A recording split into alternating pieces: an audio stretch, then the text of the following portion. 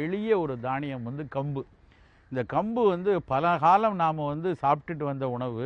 கடந்த ஒரு 50 ஆண்டுகள் 60 ஆண்டு காலமாக ஒதுக்கி வச்சுட்டோம். அது என்னமோ வந்து ரொம்ப ஏழைப்பாளைங்க சாப்பிட்றது, குடியானவர்கள் சாப்பிட்றதுன்ட்டு அதை ரொம்ப தவறாக நினச்சிட்டோம். ஆனால் தானியங்கள் எல்லாம், சிறுதானியங்கள் எல்லாத்தையும் எடுத்தோன்னா அதுக்கு முதல் ரேங்க் கொடுக்கணுன்னா கம்புக்கு தான் கொடுக்கணும். அந்த அளவுக்கு சத்து வந்து கம்பில் இருக்குது. கம்பில் பார்த்திங்கன்னா ஒரு கம்பரிசியும் எடுத்துக்கிட்டு, இந்த பக்கம் ஒரு வெள்ளை அரிசியும் எடுத்துக்கிட்டு, அரிசிச்சோறையும் கம்பரிசி சோறையும் ரெண்டையும் கம்பேர் பண்ணி பார்த்திங்கன்னா வெள்ளரிசி சோறை விட 8 மடங்கு கம்பரிசியில் இரும்பு சத்து அதிகமாக இருக்குது.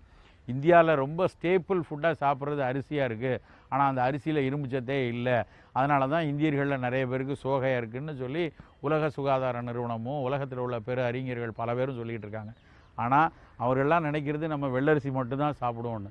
பல காலமாக நம் மக்களில் 75-80% மக்கள் பல ஆயிரம் ஆண்டுகளாக கம்பஞ்சோறு, வரகரிசி சோறு, திணைச்சோறு இதுதான் சாப்பிட்டுட்டு இருந்தோம். அரிசியினுடைய அரசியல் ரொம்ப உயர்ந்ததுக்கப்புறம் அதனுடைய வணிகம் ரொம்ப கூடினதுனால கடந்த ஒரு 100 வருஷமாக தான் எல்லாரும் அரிசியை நோக்கி நகர்ந்துகிட்டே வந்திருக்கோம். இரத்த சோகை இருக்கக்கூடிய குடும்பங்களில் கம்பரிசி சோறு வந்து வாரத்துக்கு 2-3 நாள் கண்டிப்பாக இருக்கணும்.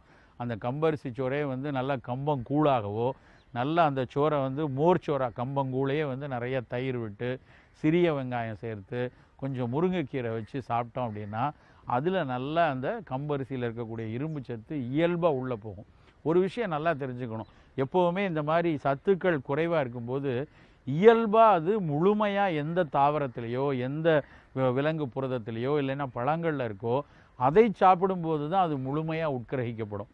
அதை விட்டுட்டு ஒவ்வொன்றையும் சப்ளிமெண்ட் பண்ணி இரும்பு சத்து மாத்திரை, விட்டமின் B12 மாத்திரை, விட்டமின் C மாத்திரை, இப்படி ஒவ்வொன்றையும் மாத்திரையாக சாப்பிட்டோன்னா அதில் 20-30% மட்டும்தான் உடலில் அப்சார்ப் ஆகும். மீதியெல்லாம் சிறுநீர்லையும் மலத்துலேயும் வெளியே போயிட்டே இருக்கும். அப்போ இரும்பு சத்து நிறையா குறைவாக இருக்குது வேணும் அப்படின்னா நாம் தான் தேடி தேடி கம்பஞ்சோறு இருக்கா, மாதுளம்பழம் சாறு குடிக்கிறோமா, அத்திப்பழம் வேணுமா, காஞ்ச திராட்சை கொடுக்கலாமா, அப்படி ஒன்றா பார்த்து எடுத்துக்கொள்ளணும்.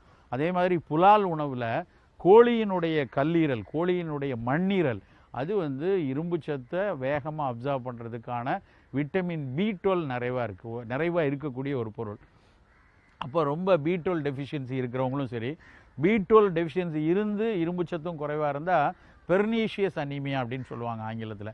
கை காலெல்லாம் ரொம்ப ஏதோ குத்துற மாதிரி சுருக்குன்னு குத்துற மாதிரி உள்ளங்காலில் எல்லாம் ஒரு எரிச்சல் இருக்கும், ஒரு வலி இருக்கும், ஒரு சூடாக ஒரு அனல் பறக்கிற மாதிரி இருக்கும். அதோட இரும்பு சத்தும் குறைவாக இருக்கும். அவர்களுக்கு இந்த கோழியினுடைய மண்ணீரலும் இல்லை நம்மளுடைய அந்த எள்ளு துவையல் மாதிரியான, வெஜிடேரியனாக இருந்தால் எள்ளு துவையல், கம்மங்கூழ் மாதிரியான உணவுகளை தேர்ந்தெடுத்து கொடுத்துட்டு வரணும்.